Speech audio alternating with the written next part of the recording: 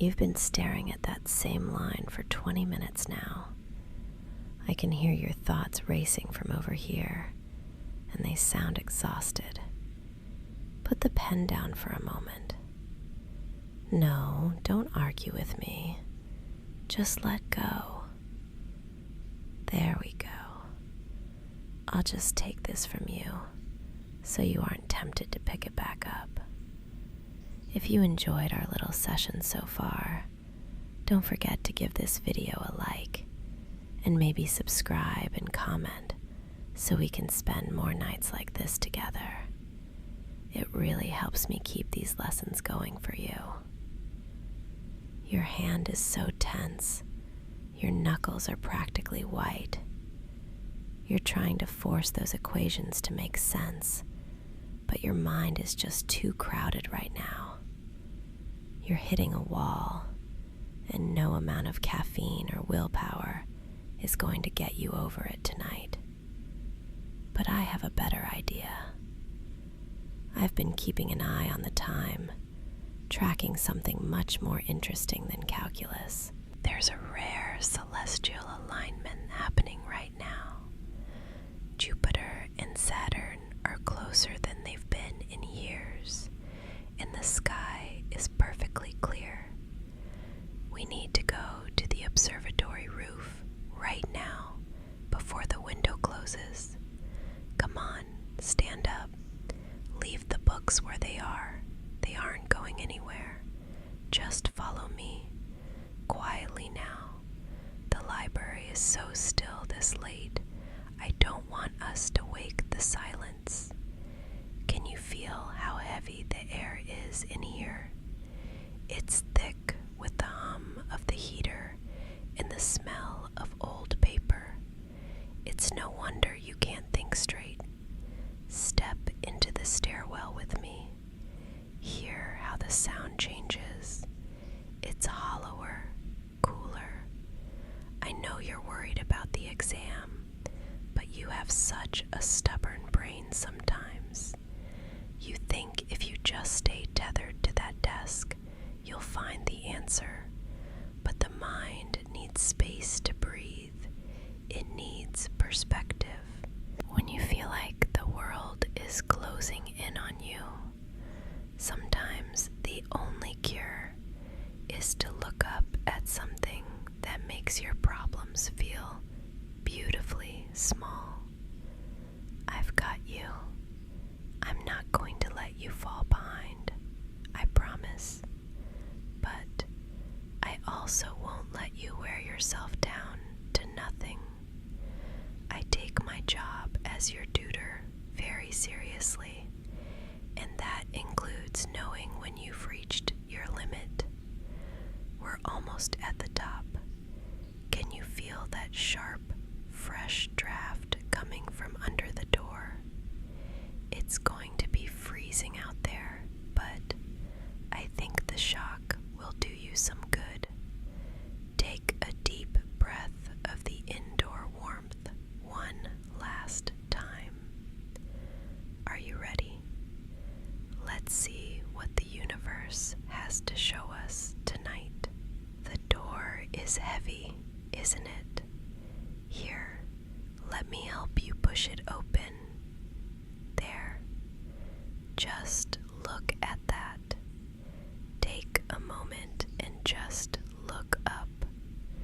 The sky is so deep tonight, like a vast sheet of obsidian stretched over us, polished until it shimmered. It's a completely different world up here, away from the hum of the library and the scratching of pens on paper. Can you smell that?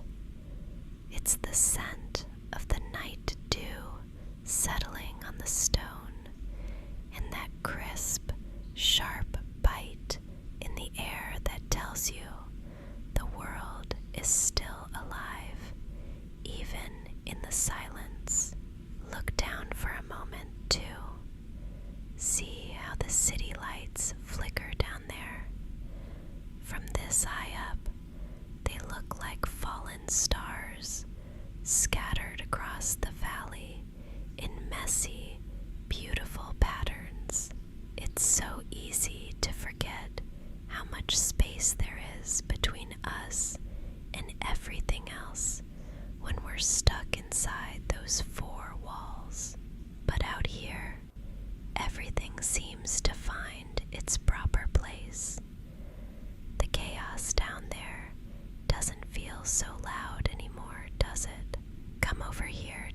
telescope.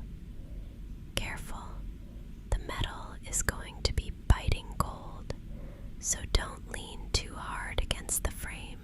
I've already calibrated it for the alignment, just like I promised.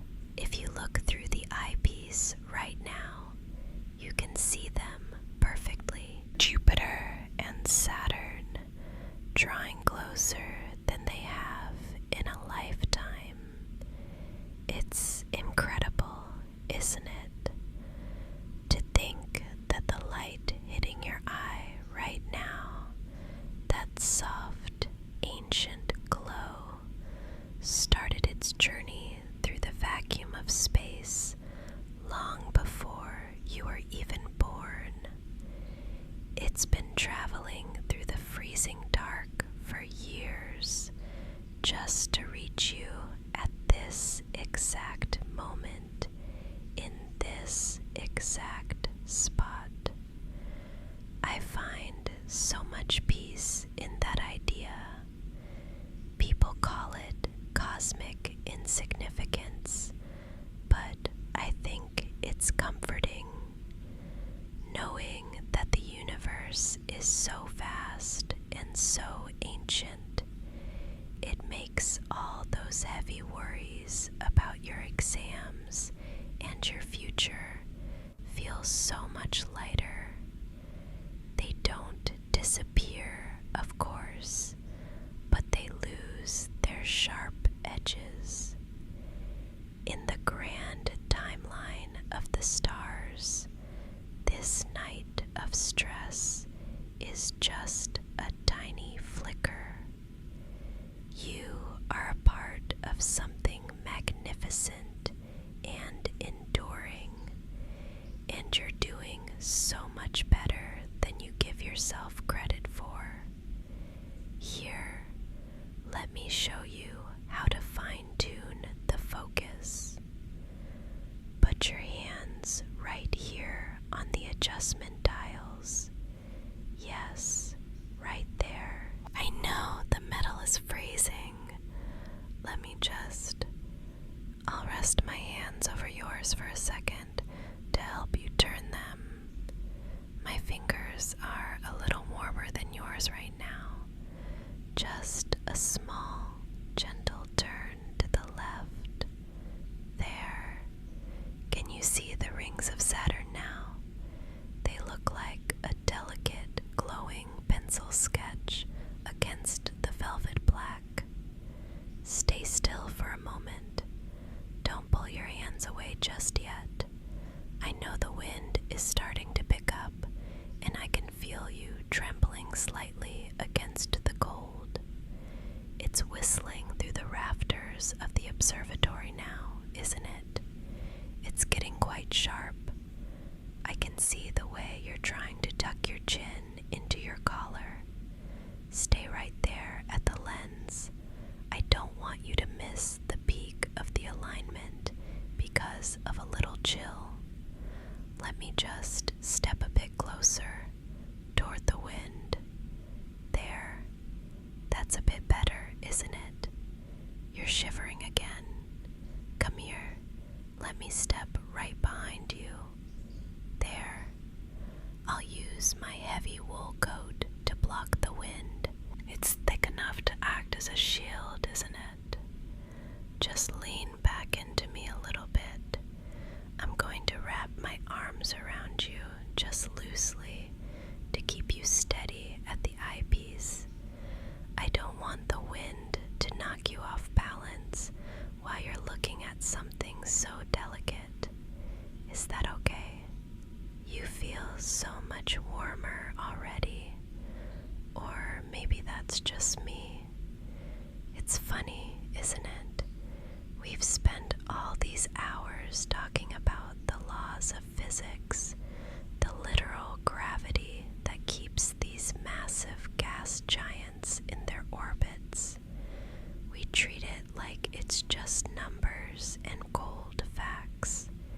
But standing here with you, under all this starlight, I find that my own internal compass is a bit compromised.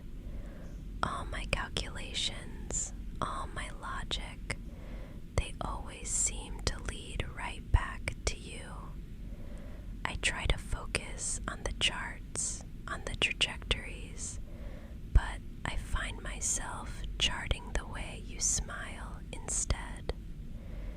Can you feel my heart? It's drumming a bit of a frantic rhythm against your back, isn't it? I'm usually so composed, so focused on the data, but out here in the freezing dark, everything feels so much more primal. My breath is warm against your ear, contrasting with the ice in the air, and all I can think about is how real this feels. The stars, they're magnificent, but they're so incredibly cold. They're light years away, indifferent to us. But this pull I feel toward you, this isn't distant at all. It's a physical, undeniable force of nature. It's more certain to me right now than any law of motion I could ever teach you. Look through the lens now. See, they've finally reached it. The absolute peak of the alignment. Two massive worlds, millions of miles apart, appearing as if they're touching in the dark. It's so quiet up here now that the wind has died down for a moment. It's just us, just the two of us, and the ancient light of the universe. Stay exactly where you are. Don't pull away. Let's just exist in this stillness for a little while longer. The world can wait. The equations can wait. Right now, there's nowhere else in the entire galaxy I'd rather be. The peak has passed now. See how they're slowly, almost imperceptibly, beginning to drift apart again. The universe doesn't stand still for long, does it? But we don't have to rush. Let's just hold on to this stillness for one more heartbeat before we head back down to the warmth. I know the cold is starting to settle into your bones, but I want you to carry this quiet back inside with you. I know you've been so hard on yourself lately, staring at those complex equations until the numbers started to blur and feel like enemies. But I want you to remember something while we're standing here under all this light. Your mind, your spirit, it's as vast and as full of wonder as the vacuum of space we've been tracing tonight. You are so incredibly intelligent, and your worth isn't measured by how fast you solve a problem or how many pages you finish. Your potential is infinite, as deep as the black between the stars. You are enough, just as you are, standing here in the dark.